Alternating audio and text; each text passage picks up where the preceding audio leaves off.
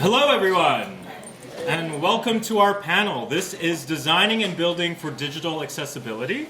My name is Pierre Fanzhu. I am a project manager at Evolving Web, and I will be your host and MC for this panel discussion. So, if you work in web development or web design or any adjacent fields, accessibility has become a term that is more and more present in the past few years.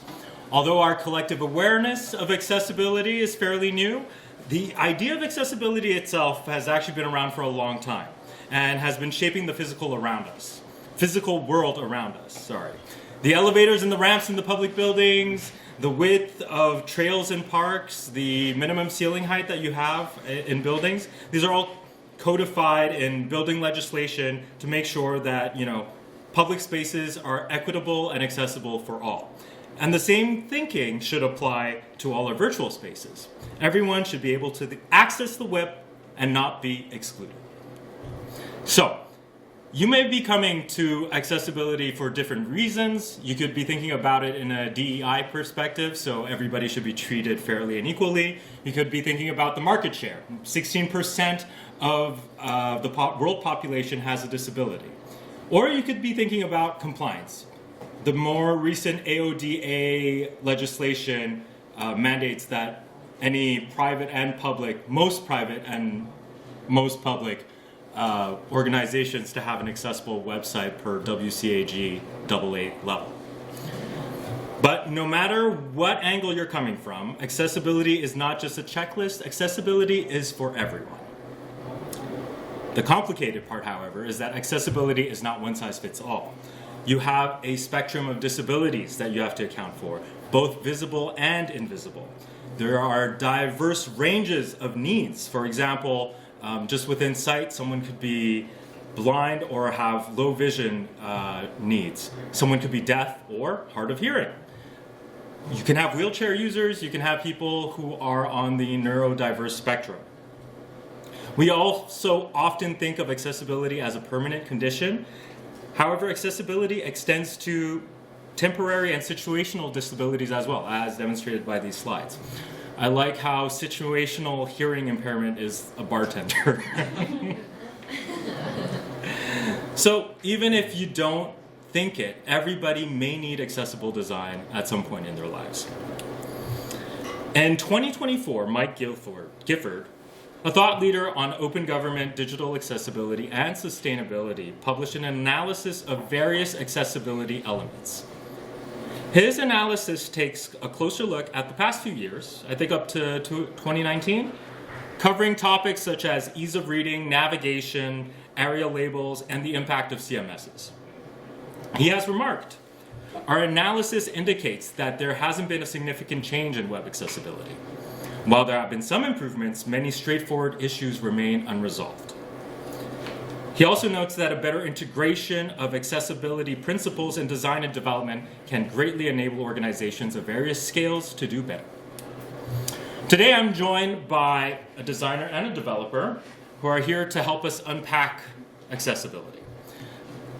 My first presenter will be Jay Wall. He's a creative director and educator with 15 years of experience at the intersection of design and social change. He was the founder of Rally, a purpose-driven design studio that has since merged with Brightweb, a B Corp certified creative agency. For his work, he has received numerous awards celebrating their positive impact.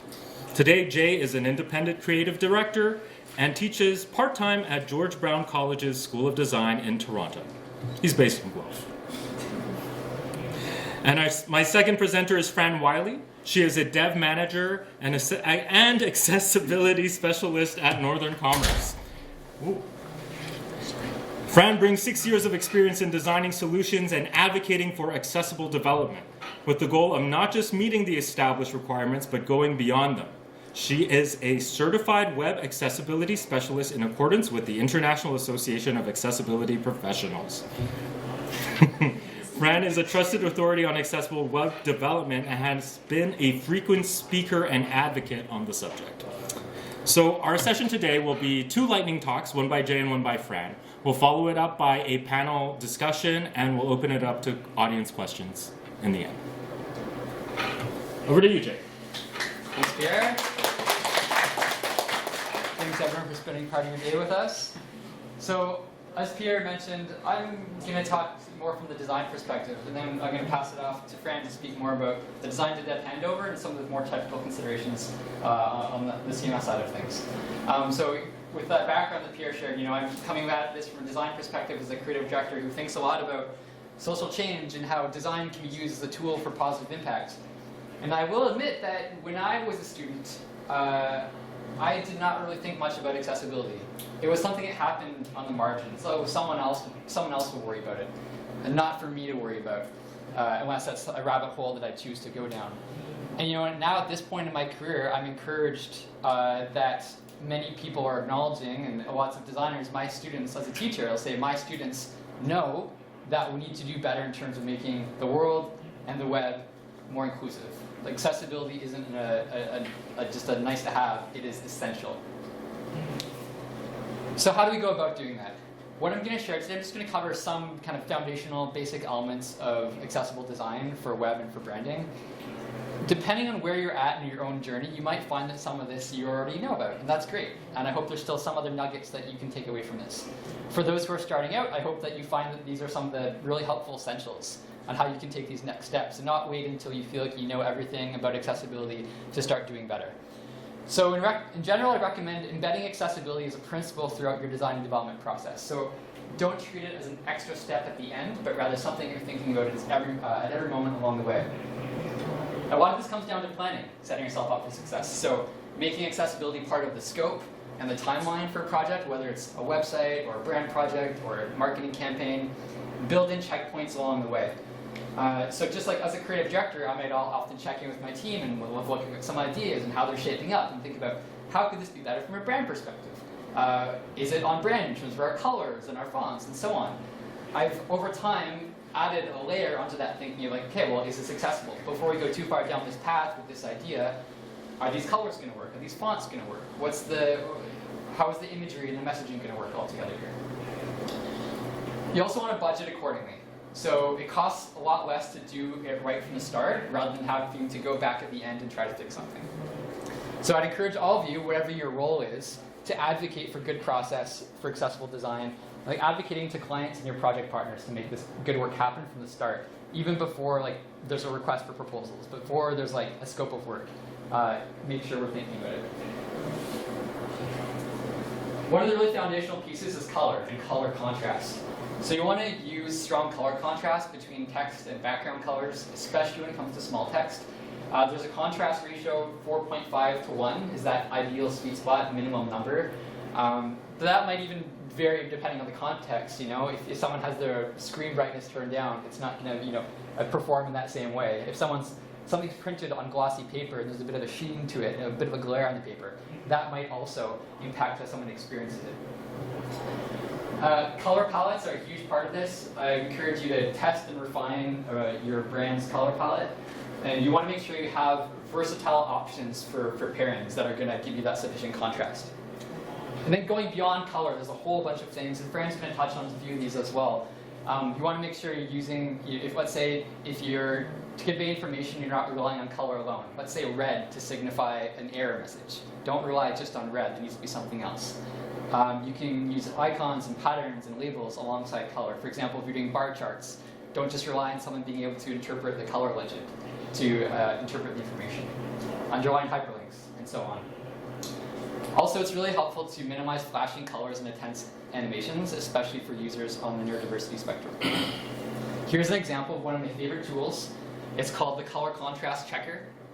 And basically, you go to this site, you plug in your hex code, your background color, your foreground color, and it will give you a message, give you kind of a result if you're passing or failing at AAA and AA standards, which are different levels of accessibility.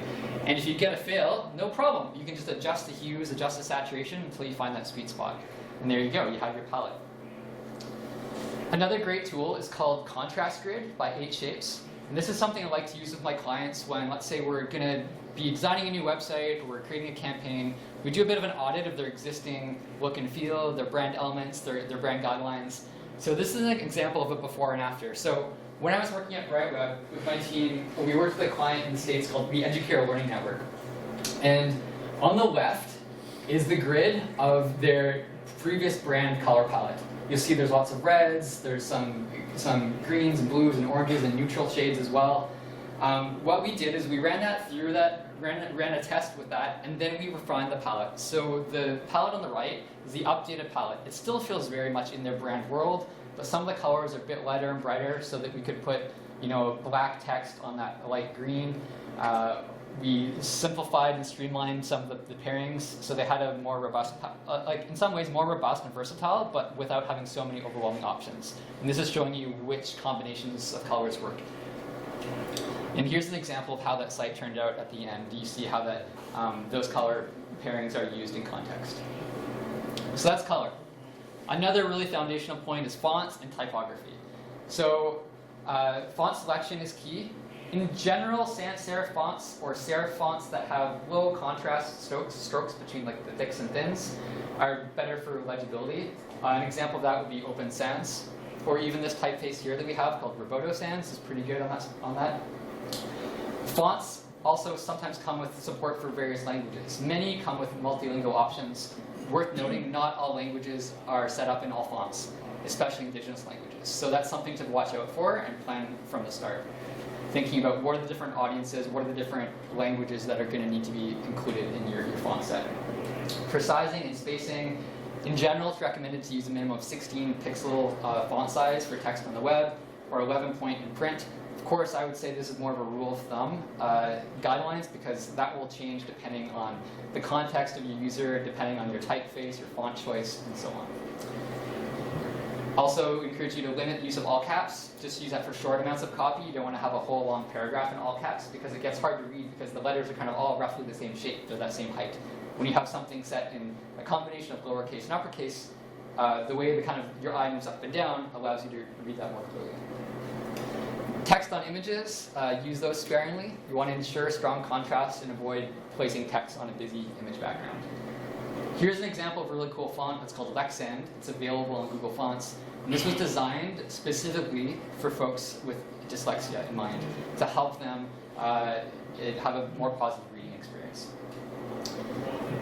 This example is from some font-based research around Indigenous fonts in Canada. So there's hundreds of First Nations in Canada. There's about 36 fonts apparently that work with most of those languages that are spoken and written across so-called Canada here on Turtle Island.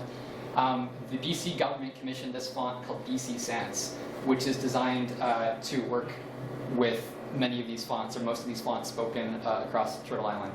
And it's one of 36 fonts that are compatible with those Indigenous languages. That's according to research by my friends at Animiki, which is a Indigenous-led technology studio based in Victoria, BC. A note on content. There's a few things to think about, both in your combination of text and images. So I'd encourage you to use plain language writing, keep sentences short, minimize jargon. If you have to use an acronym, define it. For headings, use proper text formatting.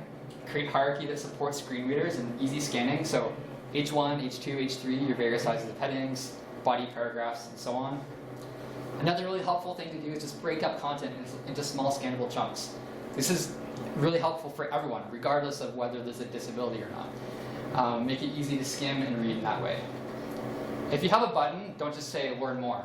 Be specific about what does it mean. Learn more about what, or find out about our programs, or apply for funding. Whatever that call to action might be specific. In terms of imagery, it's great to be inclusive and empowering in the image choices that you have, whether you're selecting images or sourcing your own original images from scratch.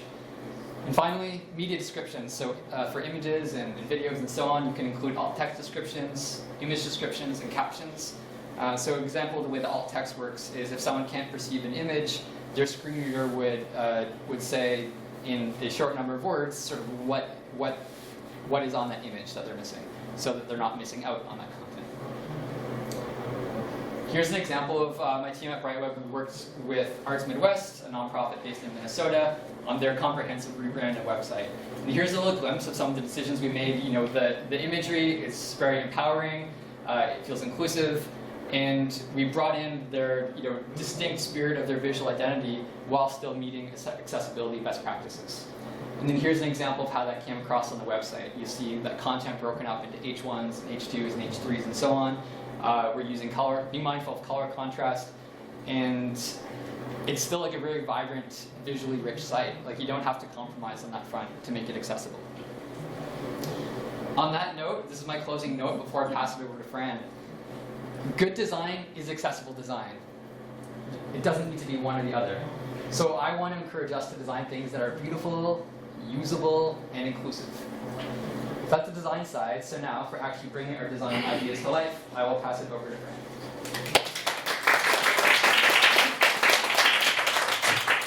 Awesome. Thank you, Jay. That was wonderful.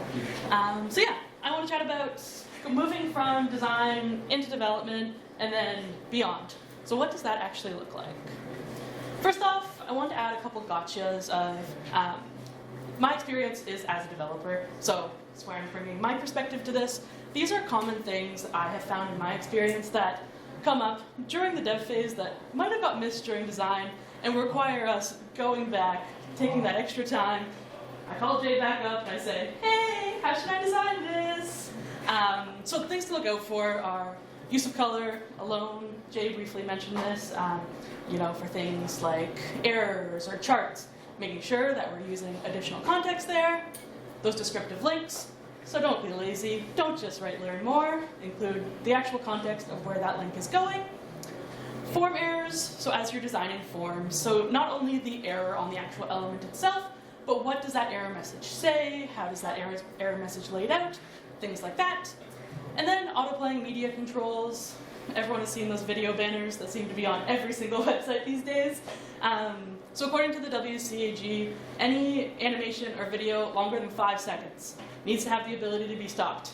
So making sure that you're at least including a pause button in those so that the users are able to pause those videos. And then I want to provide you a couple of resources. I won't go over every single one. We will be sharing the slide deck after today's event. So please come back to our slide deck and click on these. These are a couple of our favorite tools that we've used. One of my favorites is that first one, the Axe for Designers plugin for Figma. Really great one that you can run on your Figma designs to do the tests for accessibility. And then another one I did want to call out was the Adobe Colorblind Simulator. Just a really cool experiment. If you put in your color palette, you have the option to select different, what's the word I'm looking for? Different variations of color blindness, or and how that user would see your color palette if they had that version of color blindness. So really cool. And then a couple checklists. Again, if you don't know where to start with accessibility, these are great resources to go to. One thing I will note about those, though, these checklists, as Pierre mentioned at the start, accessibility in general is not a checklist. Please don't use this as your be-all, end-all. This should just be a starting point, somewhere to get you started. It's really important that we do manual tests, that we run these tests again and again and again, and then also include people with different disabilities to do user testing on our designs, on our builds, and all throughout the process. And then as we're talking about different tools, just wanted to give you some tips on what to think about when you are looking at different tools and different services, because there are so many out there, and it's sometimes hard to know which one is going to be right for you and which ones are the best. Some things that I like to think about are, what are the different WCAG versions that they're compatible with, as well as the different A levels, and bonus if you can swap those out at any moment within the tool. What's the scope of your project? Is it a single page? Is it a whole page collection? Maybe you're doing a user journey that you need to test. And then, can the automated or manual scan work with all of those scenarios that you need? And then, how easy is the product to use? So when you run the scan, what do the results look like? Are you able to easily comprehend them? Are you able to read them easily? Bonus, if they're exportable as a report, so you can share with your team. And then, what do the resolutions look like? A lot of tools now will give you provided solutions for how to resolve the issues found. So making sure that those are actually solutions within the context of what it's scanned is a very valuable thing. And then does it integrate with your design software? So like I recommended that Figma plugin, really great, because it's right in the system that you're already using. And then for the more developer side, does it connect with the developer's IDE? Or can you integrate it with the Git CI for deployments? And then finally cost, of course, a lot of the Best things in life do cost a lot of money. But there are a lot of good free tools out there.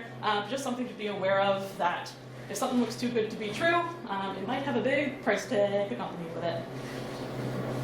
So let's chat more about the successful handoff between design to development. When it comes to accessibility, everyone always says, shift left, and we say it because it works. Starting early, and as early as you can, is always going to be setting yourself up for success. Certainly something that Jay mentioned as well. Bring developers in, or your team in general that you're going to be collaborating with to build this product, and starting together as a team from day one. Don't work in silos. And then designing for all states. This means like interactive elements, think accordions, designing when it's closed and when it's open. All your focus states, your hover states. Design for all of those. Don't leave it to developer to make up, because who knows, they might be lazy, and just not. I can say that as a developer myself. And then one really awesome tool in Figma and Sketch that they have rolled out recently is the prototyping feature. So this allows developers to go in and actually pull out HTML and CSS extracts from that they can use.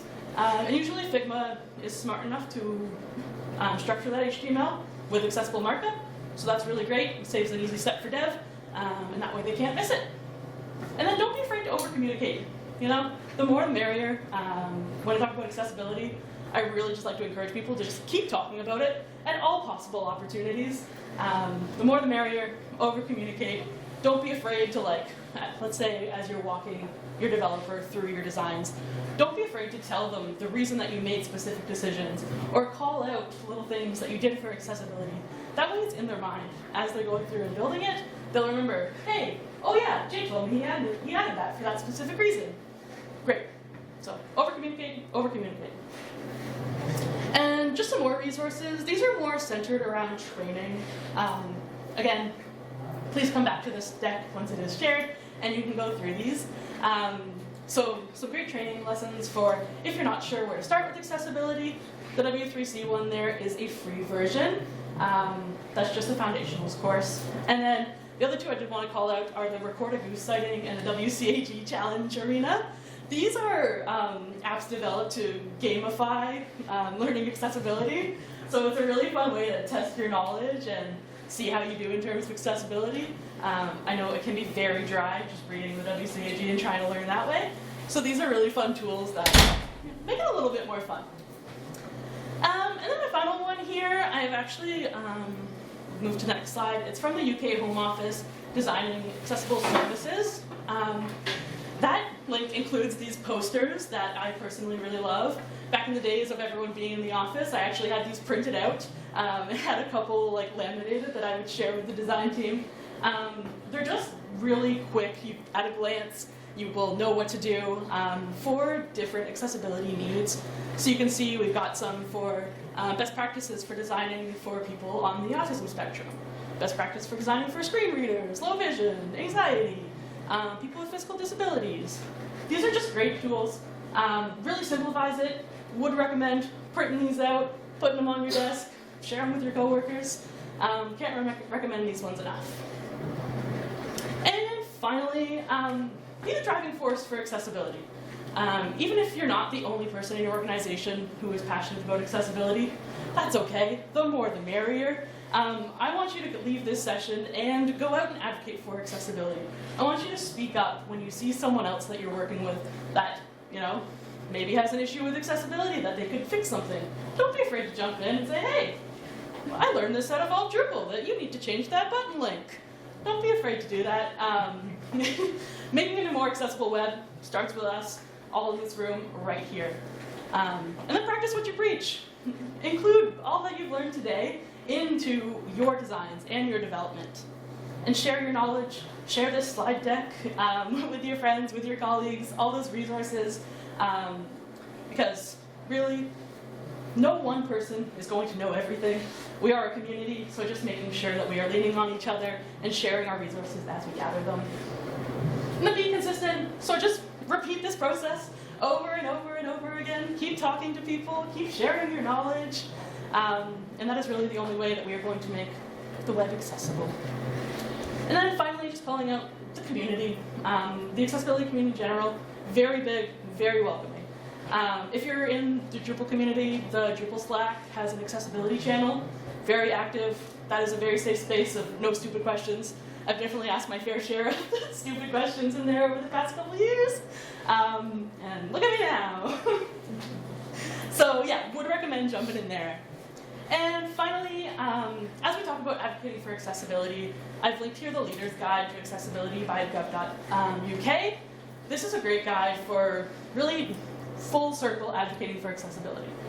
What are some tips on getting stakeholder buy-in if you need, if you're getting pushback about budgets and all that usual conversations.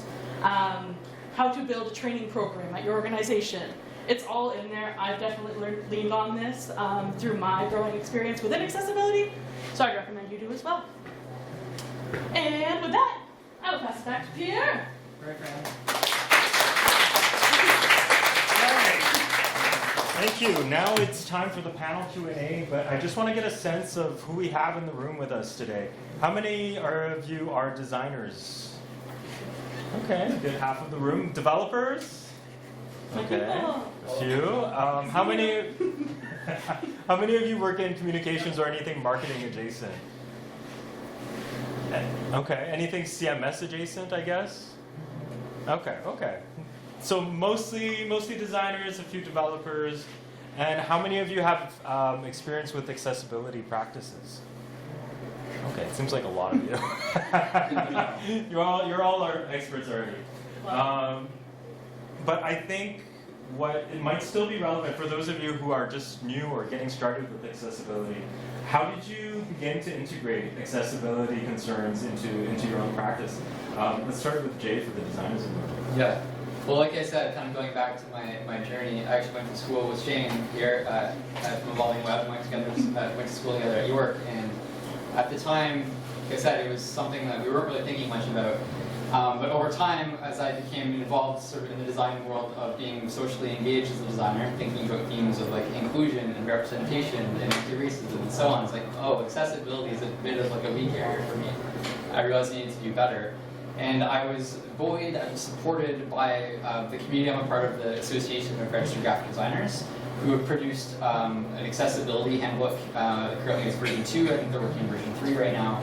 And that was sort of like part of like, okay, there's other people in this design community who are trying to do better in this area. And as I started looking into it, I realized, okay, even though the theme of accessibility can seem really overwhelming, and yes, there are a lot of technical details, the general principles, I realized I actually had a lot of that covered. Because just in design school, I had learned about typographic hierarchy, make one thing bigger than another thing, right? Or what's a good color pairing that's gonna, I'm not gonna put red text on a green background. Because even me, without any disabilities, I wouldn't be able to read that, right? So like, okay, maybe I'll do yellow type on a black background, for example, right? And so I realized that there was a lot of that I already had, and I was able to come at it from a bit of like an asset-based perspective, like not a deficit, like what are my assets here?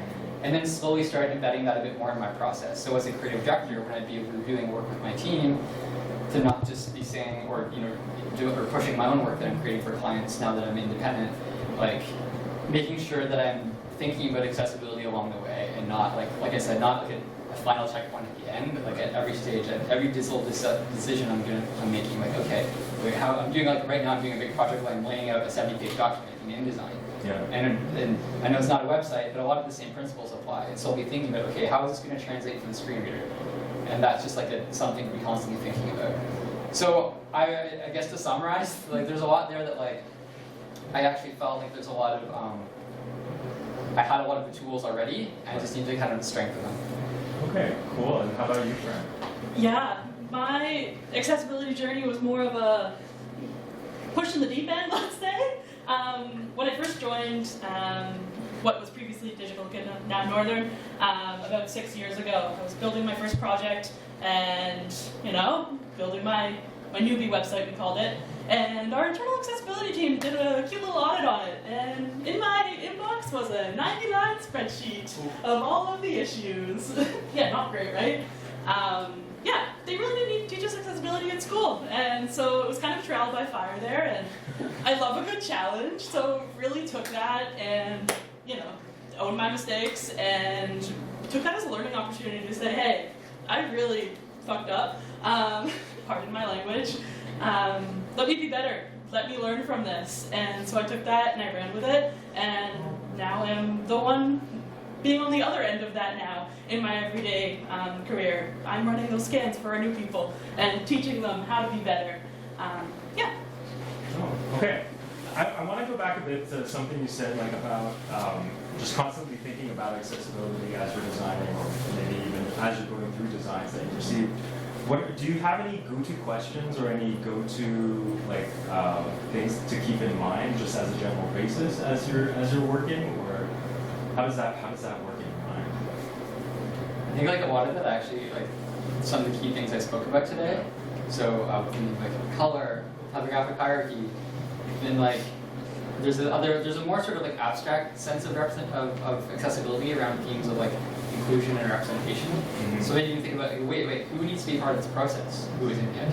Right. Or is this, before I'm thinking about laying out the copy on the website and structuring it in a way of like, well, wait, what is the actual message here? Mm-hmm. Who is it speaking to and for what reason? And is that coming across? Something can be legible but not readable. And to break that apart for a second, legibility is like literally like, can I look at the letters and distinguish what the letters are? Or readability is like, can I make sense of the damn thing? Right. Can I skim it and still understand it? So I think like those are some of the things that I think about. I'm curious what others think. Almost like reflexively. Yeah, kind of reflexively. It's like I remember as a young designer, I started developing this like reflex that's actually painful, like seeing things that were misaligned. Right. Like, oh no, it's 3 pixels off. Which like I'm still recovering from that, but I've learned to expand so many more things. Like not just think about pixel perfection in that very like literal way, but like actual, what is this thing actually doing? Because it can be beautiful, but not usable. It can be usable but not beautiful. So like, how can it be both of those things? Do any of you have any go-tos that you ask yourselves while you're designing or developing? Or cold crowd. It's okay, Fran. How about you? Totally. I think as I'm, reviewing designs and in my everyday development practice, I'm really thinking about like the user flow. A lot of accessibility issues come from interactive elements. So when I'm looking at designs, I'm thinking about, hey, how am I going to tab through this? What's that order going to be like? Oh, there's an accordion. I need to make sure that, oh, this opens a modal. Like, I'm really thinking about all those touch points on the website, let's say. That will require some additional accessibility practices built into it. Some basic HTML isn't really going to do the trick on most interactive elements. So those are really the things that are catching my eye and thinking about. Yeah, question. Actually, hearing on YouTube, I honestly I haven't had a chance to think deeply about accessibility. It's true. I guess I'm just sitting here and I'm learning most of it here. But I guess I have one question to you, Jay. Personally speaking, when it comes to accessibility or respect to accessibility, I guess I remember you talking about the font size and like those very specific like, different fonts. There are different fonts that are more, I guess, accommodating to people with different accessibility needs. In that case, I am assuming that design hierarchy becomes very important here. Even on this statement, no, please correct me on that. But in that case, are there specific types of design hierarchy rules that you can pick up and say share with us? Like, because I have no idea on this part. Okay. Yeah. So the question is essentially around, I guess, like, what are the key things around design hierarchy? And yeah, pretty much. Yeah. In a very simple sense, design hierarchy is like which thing is bigger than the other, but also like how are those things nested? So for example, maybe if I'm designing like several web pages, I make sure that at the top of every page there's like a heading, and then there's secondary headings and tertiary headings, and kind of those are used appropriately, and so that it allows you to glance. If I'm just skimming it, I can get a sense of like what content is where, and also sort of like what's important, like what is the overall theme of this page versus like what is this little piece down here at the bottom. But it also allows, like, let's say for someone's using a screen reader, when they're jumping through, they can decide before they listen to like what that paragraph is saying. They can just listen to the heading, decide if they want to kind of keep going or jump down to the next one. And that principle, what's cool about this is like once you figure out those principles, they apply in so many contexts. So that applies to a website the same way that applies to like an annual report that I'm laying out in InDesign that's going to be a PDF. It's the same, essentially the same thing. Even like functionally, it might work a little differently. It's that same principle. Even any written document too, as well. Yeah, like just like a Google Doc or a Word doc. Yeah. Like if I was doing like a Google Doc, I used to just like bold things for headings. I'm like, well, that's just bold. It's not really changing the hierarchy. And so now it's like, okay, I'll take a few minutes before I get going to set up the H1 styles, the H2 styles, and so on. Is that helpful? Yeah, definitely answered my question. And your response also contributes me to thinking about SEOs and the search engine and all that. So, Yeah. thank you. Yeah, one thing I will add on that I really like that you called out there is just about the idea of not making an equal experience but an equitable experience. So a lot of people think, hey, if I have my H1, if a lot of people mess up like the heading order, so like jumping to an H3 and whatever. Hey, if I just don't use any headings other than the H1, no accessibility issues, right? It will pass. It will pass. Yeah. They're just going for that 100% on the automated scan, but making an equitable experience is including those valuable H2s so that people, like with screen readers, for example, can sift through those headings easily and navigate the page easily, like people who visually reading the page can. And if you're like even doing like just writing a Google Doc like for notes with your colleagues, if you make things into like an H2 or whatever, it'll go in the sidebar. So boom, like and now instead of scrolling up and down in Google Docs, I'll use that navigation. Like it's built to navigation, so it makes everything more easier. Like if you just take a moment to do it right, the big picture becomes so much easier. And another question, I think you were first, sir. Question for Fran, I think, about visiting links. Mhm. So, how important is it to code that visiting link? We, in our design team, we in the end decided to display that as just a regular link because we thought having two colors for, like at some point, if the user clicks on all the links, they're all going to become a different color, let's say purple instead of blue. Yeah. But I know is there like a, very strict guideline about that, or? Yeah, so the question wasn't just about the usage of visited links and how we design those. And so there's no like specific hard guideline about it or requirement. It's more just a best practice, I'd say. So you can agree or disagree with me. I don't know a lot about visited links. Okay, cool. Totally You valid. take the question. I will be here. So yeah, I think in general, the web, the greater web, greater than all of us, the trends are leaning towards more like what you're doing of not really using that additional visited link style. If we're thinking in terms of like assistive technology, like screen readers, the browsers have it built in where it will read that to the user that the link has been visited. So it does provide that context because the main reason that we have the visited links as a different color and need them to be flagged is just to save people time to know like, hey, we've already visited this link, and they don't send themselves in circles if they're looking for a specific thing. Been there, done that. Additionally hard when you're using a screen reader. So, so yeah, it's more of a best practice, not a hard requirement. And we had a question from the lady in the front. I do have questions, but I'm going to a little late respond to that question you asked about keeping accessibility in mind and how we keep that in our mind. I think the important thing to me is to not take for granted the things that come naturally to those who have disabilities. Right. So when you're like making a website and you're seeing something that is identified by color, don't take for granted the fact that not everyone can see that color differentiation. So when you're like remembering to keep your links underlined by having that in mind, or thinking about how is someone with a screen reader going to be accessing the site, because a lot of things can just come very naturally, very easily to someone without a specific disability, but just keep in mind that that is not the case for everyone using your site. 100%. And that reminded me, I read some article, I wish I should have linked it here as well, about a similar thing about iconography and how icons have different meaning in different cultures. So even not even making that assumption that this certain icon, although it does mean something to us in our Western culture, could mean something different. So if you have a website that's targeting international audiences, make sure you're being very specific with everything that you're using. But great point.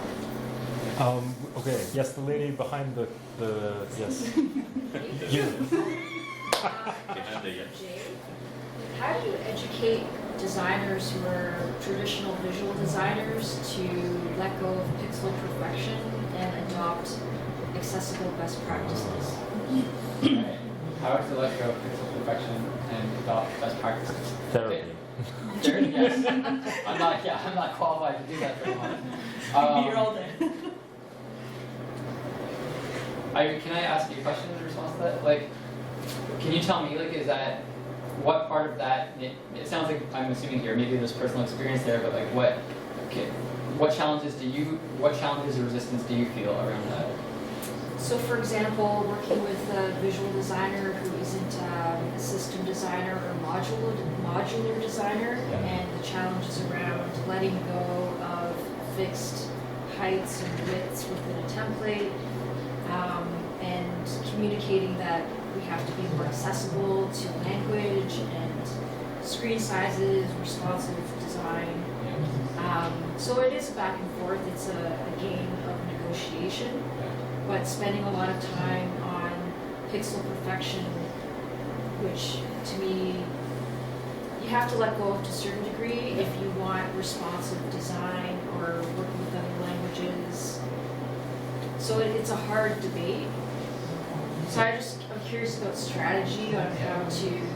I feel like Roster wants to answer. Let's see. So right now we're trying to work with our marketing team. So our designer lives in our marketing team, and we're an IT team. It's an in-house development for university. And so for our number one strategy we're using right now is because, of course, students, our number one target, is mobile first. And our classically, our marketing team is very print oriented, and that's where their experience comes in. The pixel pushing, how much dev time it takes, typically felt like that's the conversation we got into. Whereas now the conversation we're really trying to shift to actually, for the Figma designs, we're having them specifically design the mobile first and then scale it up. And even with our language choices of not saying, oh, when you hit that break point, come down in size. Even that, the language of actually when you scale it up in size, because we're really trying to push. Mobile is the starting point, and you've got the numbers. The analytics will show, especially on a campus, the analytics show it's like insanely high, like 80% on some of our sites is mobile. And I find that it basically comes down to, here's your screen size. If it looks good there, who cares? You've got tons of room going up. And if it doesn't look good there, like you can't get things that are highly complicated, and you have to start using accessibility principles to just simplify it, and then cleaner's better. Yeah. And so it really is that mobile first, because for us it's sort of like, that's enough of a carrot, I guess, because the marketing team is like, okay, like people are literally filling out applications for university housing, which is a $20,000 purchase on their phone. Yeah. So like to me that's why we have to, that's the focus, and it's we're not all the way there yet, but it's at least we finally got our designer on board to actually start a project where the Figma designs, he is actually designing the mobile first and scaling them up, and we're actually with the designs, like we're seeing them as it rolls out. So with that, we know he's actually doing it that way. He's not just being like, okay, I've got to quick shrink this down. Yeah, you're right. Thank you, Ross. That's a great perspective. And I wanted just to connect the dots a bit here. The theme of systems. I don't think you actually use this word, but as a visual designer, let's say someone who's maybe focused on print or marketing, doesn't really think about the web context so much. I try to teach it to my students too. Like when you're designing a brand, you're not just designing a logo. It's like what's the whole comprehensive brand identity? It's a system, right? A system of how logo and fonts and colors and imagery and language and graphic elements, how they all work together in one cohesive package. And so I try to get people thinking about like what are those bits and pieces that create that system. So same thing on a website. So maybe if someone comes more from the branding and the marketing world, can be like, oh well, if I'm trying to follow brand guidelines, it's because I'm trying to create a system that is cohesive for our users, our audience all the time. And so guess what? You do that on the web. it's kind of that same idea. It's just the context is different. Is it okay to add? Yeah, sure. Okay. I mean, yeah. Who hasn't? Who has? I know there were a bunch of hands up. If you could raise your hands again, Shane or. Yeah, we have about 5 minutes. Okay, so go. Speed round. Yes. Speed questions. Okay, so my question was, I don't know, maybe you have covered it before, how, coming from a product management or a project management perspective, how do you, test that, how do you do the accessibility audit to see, if things are covering that? I know Lighthouse and Axe are the tools, right? But Lighthouse, it doesn't necessarily gives you the right outcome. This is a great question. I am a project manager and I deal with this all the time. I think invest in a lot of the resources, and like they said, education, ongoing communication about it is very important. And then, so you'll have the design tools to check for accessibility. You'll have the dev tools to check as well. But I think it's also very important to communicate with your client, because any inaccessible content can also just not meet requirements as well. So for us as project managers, it's a lot of communication, making sure that people have access to the right tools and the right references, and to make sure that they're using them. Anyway, I don't know if that answers your question. Yeah, that's just coordination piece, right? Yeah. But then other than that, I think learning accessibility techniques is the only method. Yeah. Yeah, another thing that works well, that most of our clients have implemented, is using a service like Site Improve, or now Automate Optimize, previously Moncito, something like that does a comprehensive audit, although just an automated audit, so it doesn't catch everything. But having that set up, and usually I recommend people have that trigger at least once a month, and it will automatically email you a report. You can set it up to email your whole team. And that way everyone is on the same page of where we're at, especially with CMS clients who have, we work with a lot of universities who have hundreds of editors on the site, and obviously not all of them are going to be trained on accessibility. So having that at least monthly scan in there is a great way to be like, hey, here, you got to train your team about accessibility. But then what? Having that automated scans means a lot of false alarms as well. Sometimes, right? Yep. So people do get panicked. For example, there is an image which has a text written, but that's not necessary. That's out of the context of what application needs to do. Yeah. But then that would create a false alarm saying this needs to be accessible. Yeah, there's definitely some context needed for the people that are receiving that report. Because of false flags, as you say, and just understanding what the report actually means. Definitely a training opportunity there. There are also accessibility consultant specialists who will offer you can pay them, which is a great thing. Pay these people with disabilities to give you real human feedback on the site, to kind of have that to put up against whatever the internet robots tell you. Right, let's go to Shane, and then we'll go to Guy. So this is a fun one. It's for both of you. So if you had to choose what to prioritize and deprioritize for accessibility, what would be your top three? Yeah, we need this from design perspective, dev. I'm curious how you both are going to take that one. My cop-out answer is ask the users. If I didn't have any humans to consult, probably what I covered today: color, type, and structural hierarchy. What would you deprioritize? Oh, deprioritize. Oh God, it's a tough question. You said it's fun. It would be like an H2, and then he puts an H4, but it should be an H3. Or I can live with that one. A dev needs to change that code. So. I could live without an H4 if all that had to just be under H3. I would sleep. And for you, Fran? For me, I'm prioritizing interactive elements because inaccessible interactive elements limits a lot of content for users. So interactive elements is what I'm prioritizing. Deprioritizing, I could pop out and take that same answer of the heading levels. I can live with those being out of order, not my biggest concern. Or, okay, a really strange one that people often get caught up on, that I'm like, okay, is alt text on the logo? Thank you. I appreciate the empathetic. You just saved us $30,000. How many conversations have I had back and forth, and I'm like, guys, it's really not that deep. I'm like, it's really not that deep. So I'm happy to ignore that one. All right, let's go to Guy. I just want to go back to the pixel perfection versus accessibility. The sad truth is that if people don't understand why it's important, they're not going to do it. And unfortunately, people start caring when it touches them personally or someone they know. Until then, it's really hard to get people to care about it. One of the best ways to do it, unless you want to, like, you're not going to break that person's hand, I'm assuming, but have them watch someone who is struggling with those designs and see, you know what, that pixel perfection is probably not the most important thing right now. Why am I guilty right now? I'm so guilty. One thing I try to say to the designer is a person that's visually impaired won't be able to see this pixel. That's theoretical for them. Snaps for that. Well, if you want to change that to practical, maybe you can have one of those sessions and where you have a persona. I mean, this person might be, visually impaired or whatever. And then whenever your designer does something that is not accessible, you can talk about, Joanne would love to be able to access your site, but now she can't, so. So fictional straw man to put the blame on. Yeah. All right, we're out of time. Great discussion. So thank you for coming. You can get in touch with Jay and Fran once you get the slides.